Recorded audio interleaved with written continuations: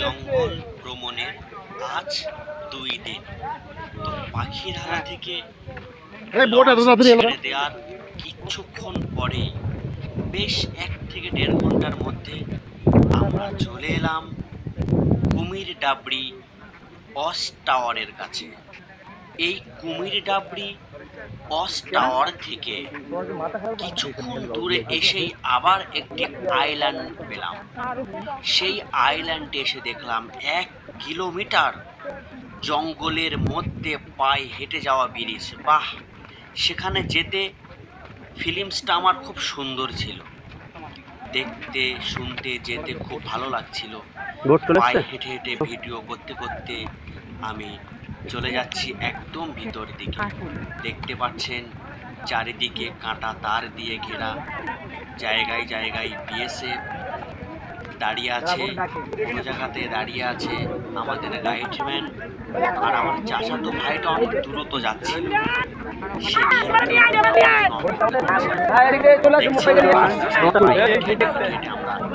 ঠিক পৌঁছে যাচ্ছি।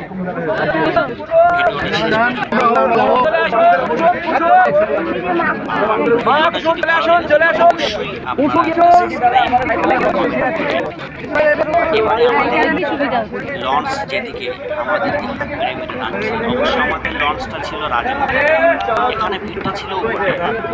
তো এই ভিড়ের মধ্যেখানে আমাদের ডাকছে যে রাজমহলের যারা পর্যটক আছো তারা তাড়াতাড়ি এখানে চলে এসো। আমরা এখান থেকে আবার এখন যাব জঙ্গল। আমরা এখন আবার যাব জঙ্গল।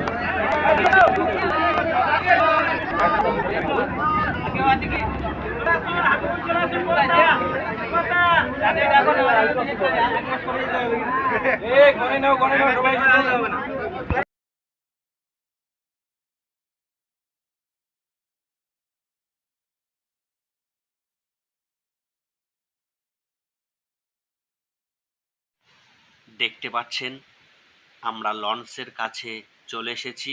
এক এক করে লঞ্চে আমরা উঠব। এখন আমরা লঞ্চে উঠছি। ওঠার আগেই দেখতে পাচ্ছেন যে আরও জঙ্গলের মধ্যে যে প্রাকৃতিক যে সৃষ্টি, যে জঙ্গলগুলো কত সুন্দর লাগছে। তো আমরা জঙ্গলের দিকে আস্তে আস্তে রওনা দিচ্ছি। আমরা অলরেডি বোর্ডে উঠব, আর 1 মিনিটের মধ্যেই আমরা বোর্ডে উঠে যাব। উঠে আমরা এবার জঙ্গলের দিকে যাব। ভিডিওটা আপনারা দেখতে থাকবেন। ফাইনালি আমরা জঙ্গল ভ্রমণে এসেছি। এই জঙ্গল দেখতে কত সুন্দর লাগছে। আকাশের মেঘ, নদীর গন্ধ, ইলিশের স্বাদ আর প্রকৃতির সৃষ্টি যেন আমায় মুগ্ধ করেছে। সত্যি এত সুন্দর উপভোগ করতে পারবো ভাবতে পারিনি। খুব সুন্দর লাগছে এই জঙ্গল দেখতে। জীবনে অনেক জায়গায় বেড়াতে গেছি, কিন্তু এত সুন্দর সুদর্শন আমি